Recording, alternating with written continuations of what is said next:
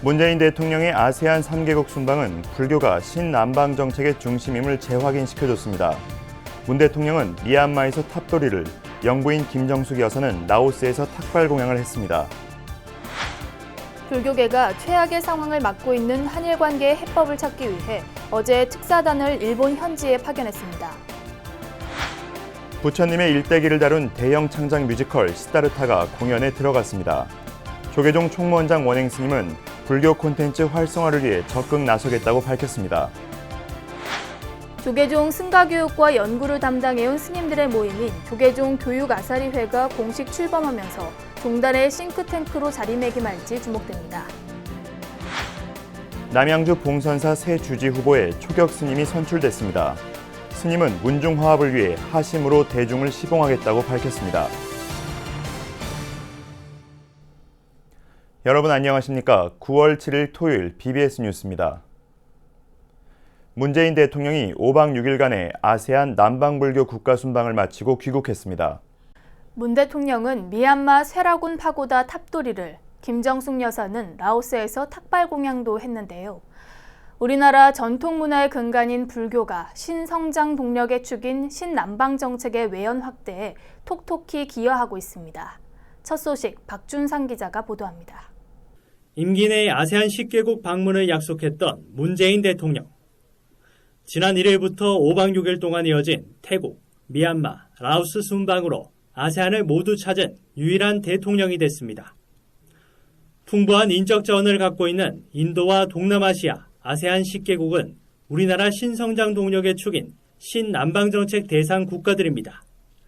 주목되는 건 해당 국가들이 거의 대부분 불교, 특히 부처님 당시의 계율과 수행 전통을 보존한 상자부 불교의 영향권에 있다는 겁니다.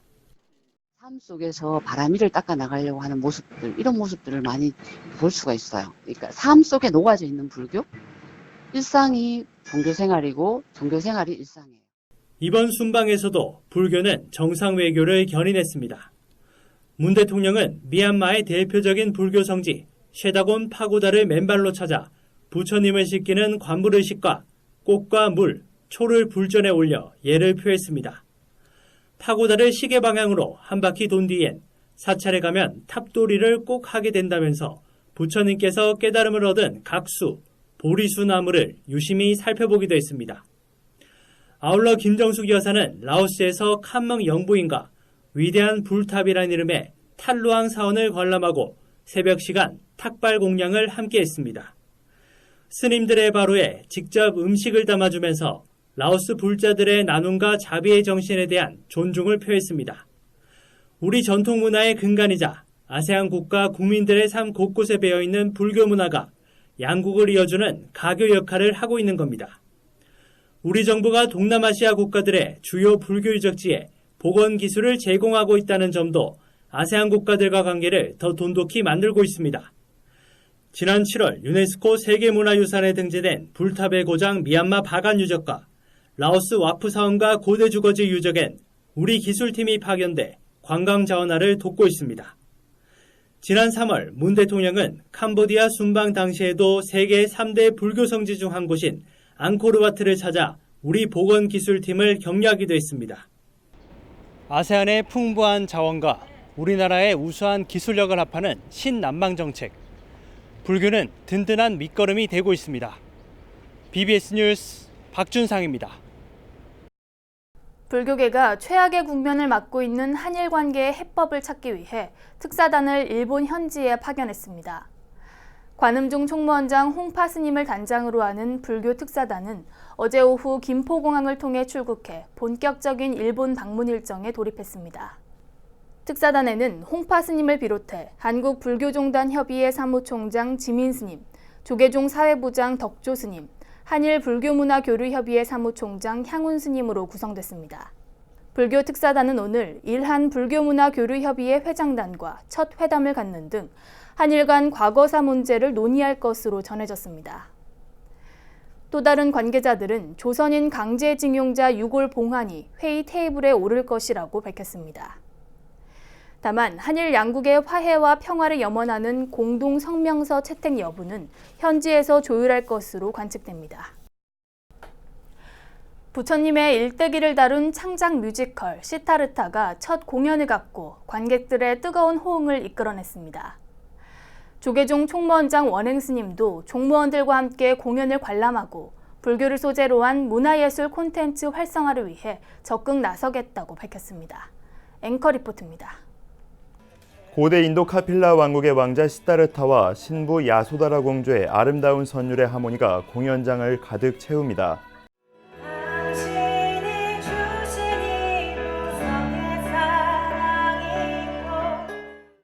하지만 2600년 전 시타르타는 삶 자체가 고통인 천민들의 모습을 목격한 뒤 왕자의 신분을 버리고 출가 수행자의 길로 접어들게 됩니다.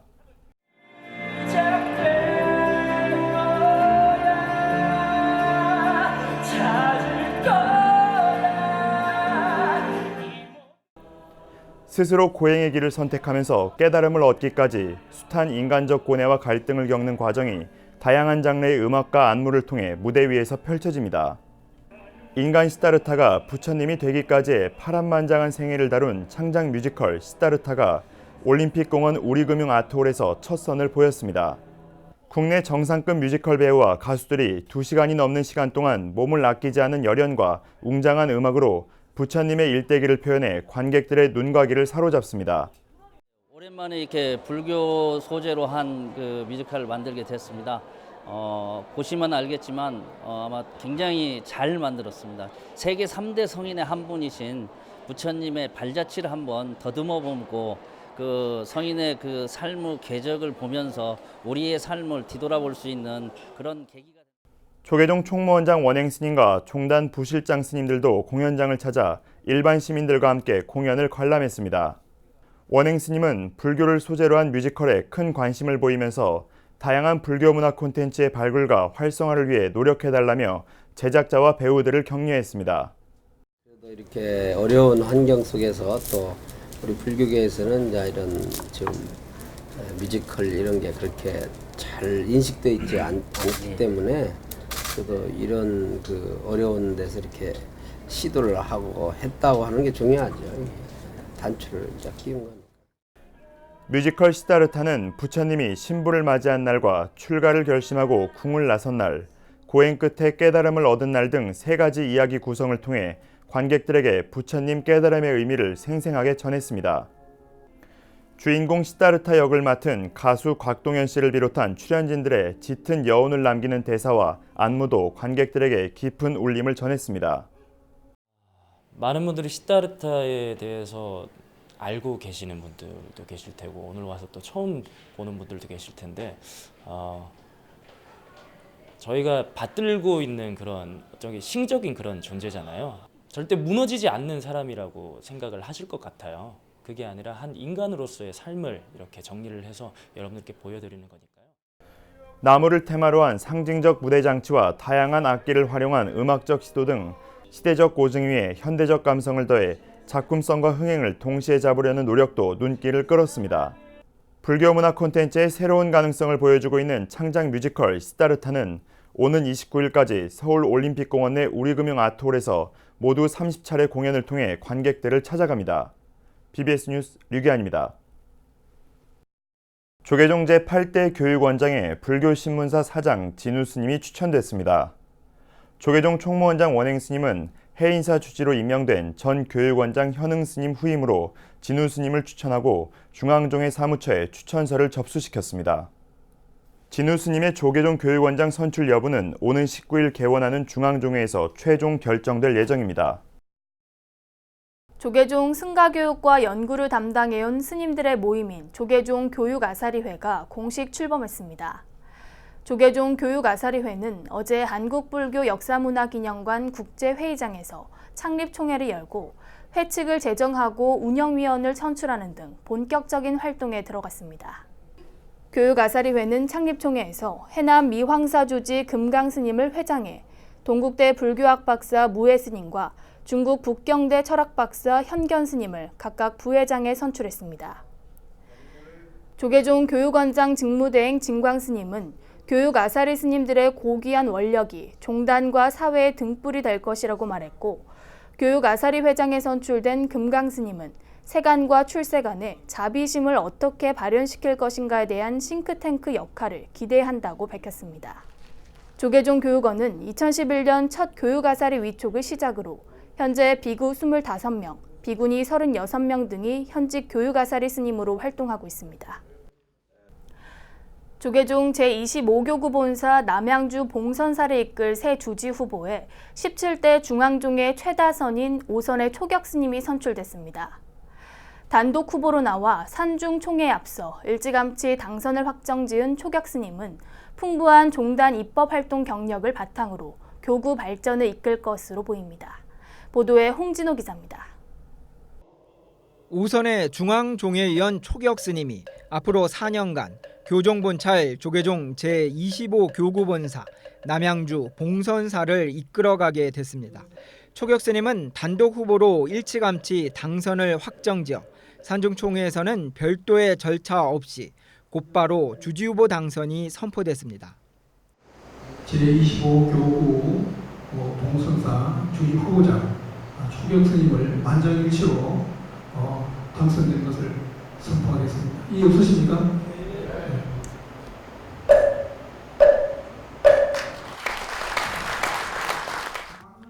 제16대 봉선사 주지후보로 선출된 초격 스님은 하심으로 대중을 시봉하겠다고 다짐했습니다. 봉선사가 문중 화합 속에 다른 교구의 모범이 되는 교구로 거듭나고 있다며 이러한 전통을 이어 자만하지 않고 교구장 소임에 최선을 다하겠다고 강조했습니다. 그러면서 초격 스님은 앞으로 언제 어떠한 경우에도 대중 스님들의 의견을 묻고 소통하며 마음을 나누겠다고 밝혔습니다. 대중의 의견을 묻고 소통하고 함께 나눌 수 있는 그런 마음을 가지고 사는 것과 같습니다. 저 역시 언제 어떠한 경우에 어떤 시간에도 대중 스님들과 소통의 자세를 견지하면서 열심히 교구 발전을 위해서 노력하겠습니다. 특히 초격 스님은 당선 공약으로 교구 스님들의 복지를 책임지겠다고 처명했습니다. 출가부터 열반까지를 본사가 책임져 교구 스님들이 수행과 전법에 더욱더 전력할 수 있도록 뒷바라지하겠다는 겁니다. 초격 스님은 향후 복지국장을 임명해 세부계획과 실행에 모자람이 없도록 추진하겠다는 보관도 밝혔습니다. 복지국장을 선임을 해서 교구 재적 스님에 대한 모든 것을 면밀하게 파악을 해서 현재 병이 있으신 건 있는가 이와 같은 것도 파악을 해서 우선은 병원 입퇴원 시에 복지국장이 직접 입퇴원을 수속을 밟아주고 케어해 줄 수 있는 그런 시스템을 시작을 이제 하려고 하고 있어요. 당초 봉선사 주지 후보에는 초격 스님 외에 의정부 원각사 주지 성일 스님이 입후보했으나 지난 2일 사퇴함에 따라 초격 스님은 산중총회 성원 여부에 관계없이 당선을 확정지었습니다. 봉선사를 끝으로 올해 조계종은 수덕사와 선운사, 통도사, 대흥사, 해인사 주지 선출이 마무리됐습니다. 이제 올해 연말로 예정된 월정사와 내년 전반기 송강사 주지 선출에 교계 안팎의 이목이 집중되고 있습니다. 남양주 봉선사에서 BBS 뉴스 홍진호입니다. 경남 밀양의 유일한 불교 종립학교인 동국대 사범대 부속 홍제중학교가 개교 71주년을 맞았습니다. 동국대학교 이사장 법산 스님은 사명대사의 뜻을 받들어 국가 발전에 기여하는 인재 양성을 당부했습니다. 보도에 울산 BBS 김형렬 기자입니다. 경남 밀양시 단장면, 경남 유일의 불교 종립학교인 동국대학교 사범대학 부속 홍제중학교가 개교 71주년을 맞아 조촐한 기념식을 가졌습니다. 이날 행사에는 동국대학교 이사장 법산 스님과 통도사 전 방장 원명 스님, 표충사 주지 법기 스님 등이 참석해 개교를 축하했습니다. 해방 직후인 1948년 개교한 홍제중학교는 부처님의 가르침인 자비실천의 이타 정신을 바탕으로 자연과 인간, 문화, 예술 등이 교육과 한데 어우러져 학생이 즐겁고 행복한 학교 문화를 만들어가고 있습니다. 우리 학교는 인성도 실직이라는 기치 아래 변교과 교육활동은 물론 1학년 자유학년제와 방과후 공부방 등 다른 인성을 갖춘 창의 융합형 인재의 육성을 위해 온 힘을 쏟고 있습니다. 특히 홍제중학교의 교명은 자비로움으로 널리 세상을 구한 호국 성인 사명대사의 시호 자통 홍제존자에서 유래했습니다. 법산 스님은 사명대사의 호국 애민 정신을 본받아 국가 발전에 기여하는 인재 양성에 노력해 줄 것을 당부했습니다. 국가 발전에 공헌하는 교육의 터전인 이 홍제중학교가 시대를 가는 것이 아니고 앞으로 더 1인 1기에 더 알찬 교육 프로그램으로서 홍제중학교에 가면은 완전히 새로운 4차원 세계의 인재가 발굴될 수 있고 양성될 수 있고 펼쳐질 수 있다는. 행사에 참석한 서울대 음대 출신인 심영 스님은 즉석에서 선구자와 그리운 금강산을 불러 특별한 축하 선물을 했으며 30년을 근무한 교원에게 표창 수여와 장학금도 전달했습니다. BBS 뉴스 김영렬입니다. 사명대사의 호국 정신을 기리는 제2회 호국성사 사명당 문화대제전이 스님이 출가한 사찰 경북 김천 직지사에서 열렸습니다. 일본의 경제보복으로 한일 간 갈등이 높아지고 있는 상황에서 축제는 나라 사랑 정신을 되새기는 장이 됐습니다. 대구 BBS 박명한 기자가 보도합니다. 사명당 유정 스님의 출가 사찰이자 스님이 주지를 역임한 도량 조계종 제8교구 본사 직지사. 직지사는 어제 제2회 호국성사 사명당 문화대제전을 열고 스님의 호국 정신을 기렸습니다. 문화대제전은 추모 달해제로 막을 올렸습니다. 경내 설법전에서 헌양, 행장 속의 추모가 추모사, 추모시 낭송 등을 통해 스님을 추모하고 스님의 가르침을 이어갈 것을 다짐했습니다. 사명대사께서 성경을 이끌었던 까닭은 지옥에 빠진 중생을 구제하기 위함인 바 직지사 대중은 그 깊은 뜻 헤아려 보현행원을 실천하여 불국토를 만드는 데 헌신하겠습니다. 오늘 이렇게 직사 사부대중이 사명대사 추모 달해제를 봉행하는 까닭은 14세의 직사로 출가하시고 30세의 주지를 역임하신 사명대사의 정신을 후대에 널리 알리기 위해서입니다. 본행사의 하루 앞서 각계 전문가들이 참석한 가운데 사명대사의 행장과 가르침을 주제로 한 세미나도 진행됐습니다. 사명대사의 가르침을 오늘날 어떻게 계승할지를 고민하는 장이었습니다. 그래서 포교성 제도를 좀 많이 늘려가지고 좀 더 대중 속으로 파고들어가는 그 생활불교적 방법을 찾아봐야 되는데 그 사표와 저는 감히 오늘 주제로 삼고 있는 성원대사 또 사명당라고 생각합니다. 호국성사 사명당 문화대제전은 문학과 음악이 어우러진 그야말로 축제 한마당이었습니다. 제2회 직지신인문학상과 사명대사 청소년 100일장이 축제의 하나로 마련됐습니다. 직지신인문학상은 시와 소설 부문으로 나눠 당선자를 배출했고 청소년 100일장은 대상을 포함해 7명의 수상자를 선정했습니다.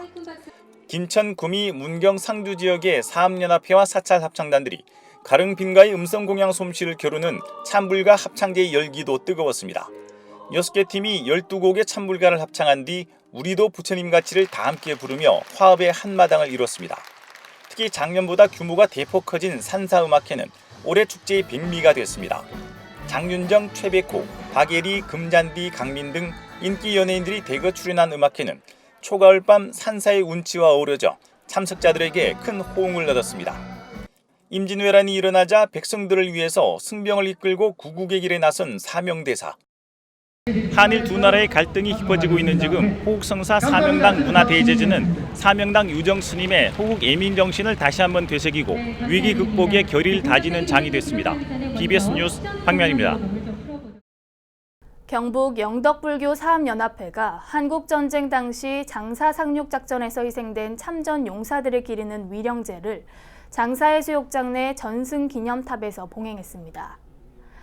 올해로 40년째 이어져 온 위령제는 장사 상륙 참전 유격동지회 회원 20여 명이 참석한 가운데 진행됐고 스님들은 순국 용사들의 넋을 위로했습니다.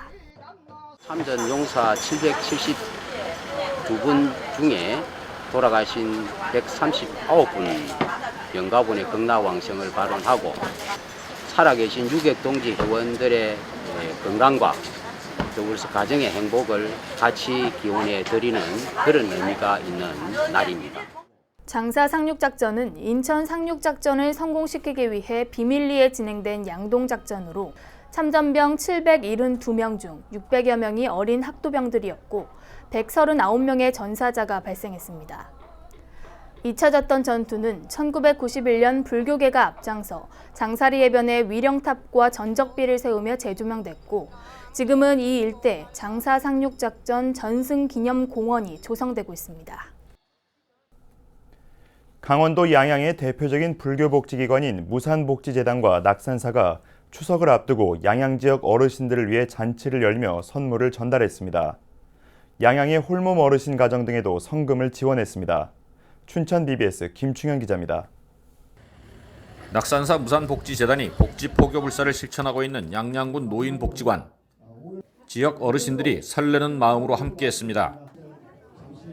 낙산사와 무산복지재단이 기해년 한가위를 맞아 지역 어르신들에게 감사함과 정성을 전하기 위해 마련한 한가위 어르신 큰잔치에 참석한 어르신들입니다. 양양군 전역에서 참석한 천여 분의 어르신들은 한 끼지만 정성을 가득 담은 점심 공양과 한가위 선물로 훈훈한 한때를 보냈습니다. 낙산사 주지이자 무산복지재단 이사장인 금곡스님은 설악산 신흥사 조실 설악무산스님의 뜻을 새겨 지난 2005년부터 1년에 3차례씩 어르신들을 모시는 자리를 마련해왔습니다. 늘 이웃을 부처님처럼 모시라고 그랬습니다. 그런 말씀을 실천하는 자리입니다. 그래서 우리가 당신을 낳아주고 길러준 부모님도 중요하시지만 이웃의 어른들, 스치는 인연들이 다 전생의 나의 부모님이라는 마음으로 따뜻한 마음, 또 자비스러운 마음으로 이렇게 한가위 어르신 큰잔치에는 낙산사 신도회와 복지재단 직원, 지역 봉사단체인 양선회 회원 등이 한마음으로 어르신들을 대접해 훈훈함을 더했습니다. 낙산사와 무산복지재단은 또 큰 잔치에 참가한 어르신 1,200여 분에게 일일이 한가위 선물을 전달했습니다. 지역사회는 14년째 이어지는 낙산사와 무산복지재단의 복지포교불사에 깊은 감사의 뜻을 전하고 함께했습니다. 그 해마다 추석절과 설날을 맞이해서 낙산사에서 지역의 어르신들에게 큰 잔치를 이렇게 베풀어주고 계십니다. 우리 행정에서 맡아서 할 일들을 대신 낙산사에서 맡아줌으로 해서 지역의 어르신들에게 마음의 위로뿐만 아니라 또 부처님의 마음도 함께 전달하는 이런 좋은 자리인 것 같습니다. 다시 이 자리를 빌어서 감사의 말씀을 드리고 낙산사와 무산복지재단은 특히 지역 내 어려운 이웃, 혼자 사는 어르신들이 풍성한 한가위를 보낼 수 있도록 성금을 지원했고 낙산사 주변 불자마을 주민 1,300여 명에게도 한가위 선물을 전하는 등 모두 5천만 원의 성금과 성품을 지원했습니다. BBS 뉴스 김충현입니다. 서울 도심의 전통사찰 도남동 흥천사가 한가위 연휴를 앞두고 일요일인 내일 경내에서 지역 어르신들을 초청해 경로잔치를 마련합니다. 흥천사는 지역 어르신들에게 점심 공양을 대접하고 생활용품과 푸짐한 선물 세트 등을 전달할 예정이며 서울 성북구청에 이웃돕기 성금도 전달할 예정입니다. 흥천사는 조선 태조가 신덕왕후의 명복을 빌기 위해 건립한 조선 왕실의 원찰로 지난 2012년부터 관내 어르신들을 초청해 경로잔치를 여는 등 자비 나눔을 실천하고 있습니다. 이어서 꼭 짚어봐야 될 공감 뉴스들을 모아봤습니다. 오늘의 알찬 뉴스입니다. 대한출판문화협회는 내일까지 러시아 모스크바에서 열리는 제32회 모스크바 국제도서전에 정부의 지원을 받아 한국관을 운영 중이라고 밝혔습니다. 한 러시아 수교 30주년인 내년에는 우리나라가 모스크바 국제도서전의 주빈국이 되고 러시아는 서울 국제도서전의 주빈국이 됩니다. 문화재청 국립유적본부는 한국문화재재단과 함께 가을밤 경복궁 소주방에서 국악 공연을 감상하며 궁중 다과를 즐기는 수락관 시식 공감을 실시합니다. 오는 22일부터 다음 달 5일까지 열리는 이번 행사의 참가자는 왕실 진상품인 왕골방석에 앉아 나주소반의 다과상을 받습니다. 부산 복천박물관은 고분군 발굴 50주년을 기념해 의식주 1600년 전 복천동 사람들이라는 주제로 특별 기획전을 엽니다. 오늘 10일부터 11월 3일까지 열리는 특별전은 의복, 음식, 주거, 생산, 교역, 예 등 6개 주제로 구성됐습니다. 조계종 제25교구 본사 남양주 봉선사가 주지 선거를 경선 없이 여법하게 마무리했습니다. 이로써 올해 모두 6곳의 교구 본사 주지 선출이 이뤄졌습니다. 조계종은 교구 본사 중심제이기에 지역 포교와 전법 등에 있어서 교구장 스님의 역할이 매우 큽니다. 전국의 모든 본사 주지 스님들이 지금 이 시간에도 문중 화합 속에 종단과 한국불교 발전을 이끌고 있습니다. 이상으로 9월 7일 토요일 BBS 뉴스를 마칩니다. 시청자 여러분 고맙습니다.